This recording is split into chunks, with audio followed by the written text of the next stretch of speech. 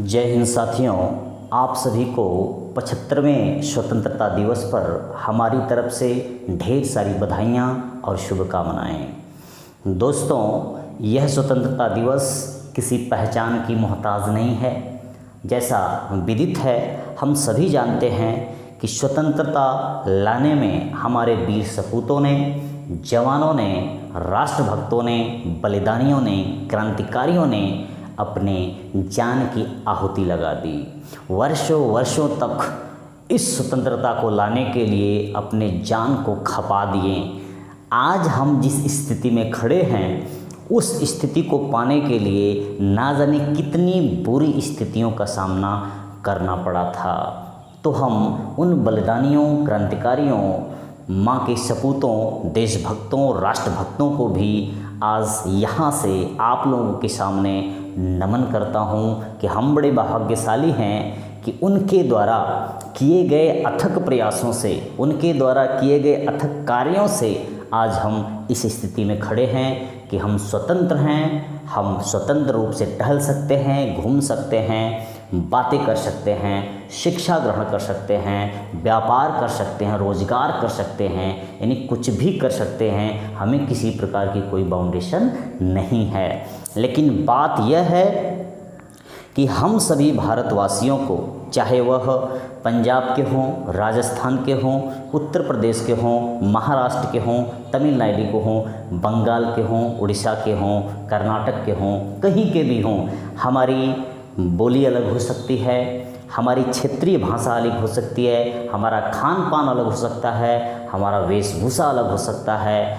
हमारा रहन सहन अलग हो सकता है, लेकिन हम भारतीय हैं, यह कभी अलग नहीं हो सकता। यह कभी अलग नहीं हो सकता। देशवासियों, अगर सारे प्रदेश के लोग एक ही मंच पर एकत्रित हों और वहीं एक जयकारा लगा जाए कि भारत माता की, तो वे चाहे किसी भी प्रदेश के हों, उनके मुख से एक ही नारा निकलेगा, भारत माता की, तो जय निकलेगा, केवल जय निकलेगा।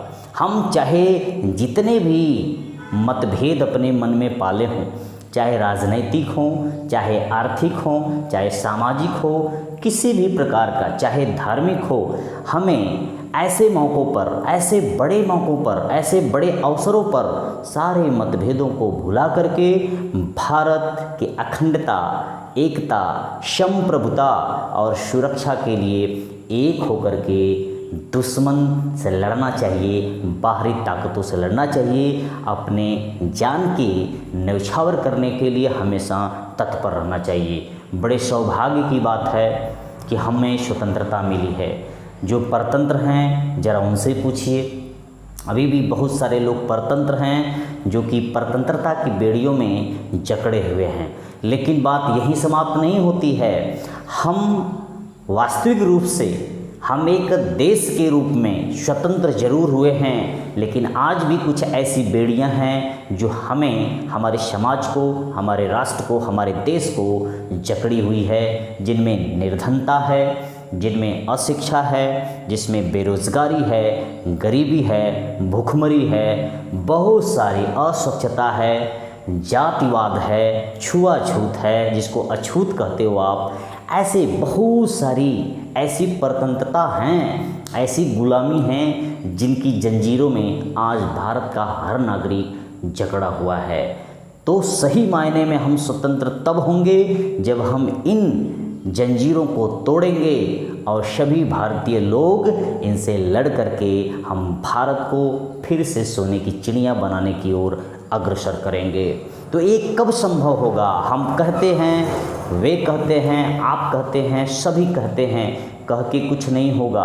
हम कहते हैं कि हम बॉर्डर पे जाएं, बंदूक ले उठाएं। बॉर्डर पे लड़ने वाला काम तो सिपाहियों का है, सैनिकों का है, वे भारत की रक्षा कर सकते हैं, हम कैसे कर सकते हैं?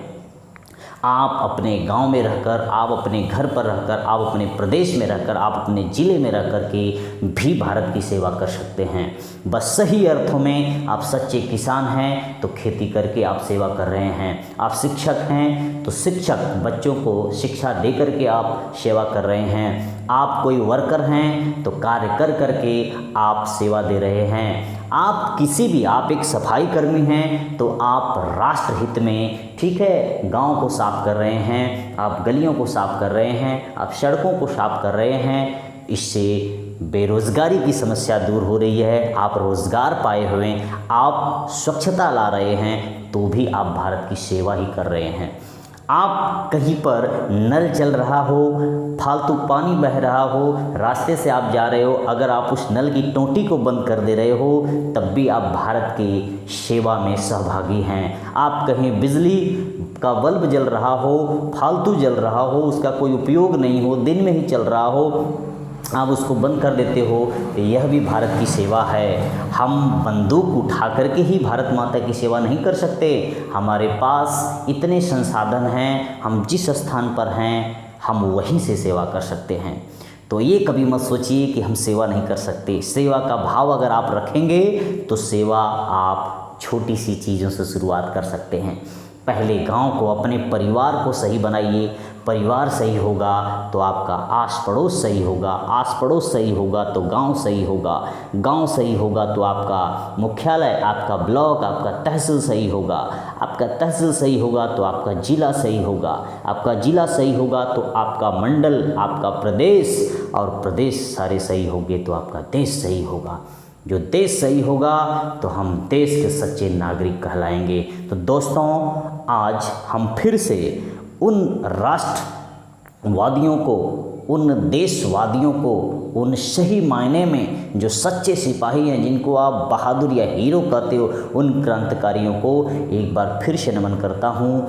हम केवल कहें नहीं, कुछ न कुछ करें, राष्ट्र के हित में करें। सारे मतभेदों को भुला दें कि हम हिंदू हैं, कि मुस्लिम हैं, कि सिख हैं, ईसाई हैं। हम सबसे पहले भारतीय हैं, हम सबसे पहले भाई भाई हैं, फिर हिंदू, मुस्लिम, सिख, ईसाई हैं। इसलिए एक साथ रहें, एक साथ लड़ें, बाहरी ताकतों को कभी अपने ऊपर हावी न होने दें। एक बार फिर नमस्कार, जय हिंद, वंदे मातरम दोस्तों।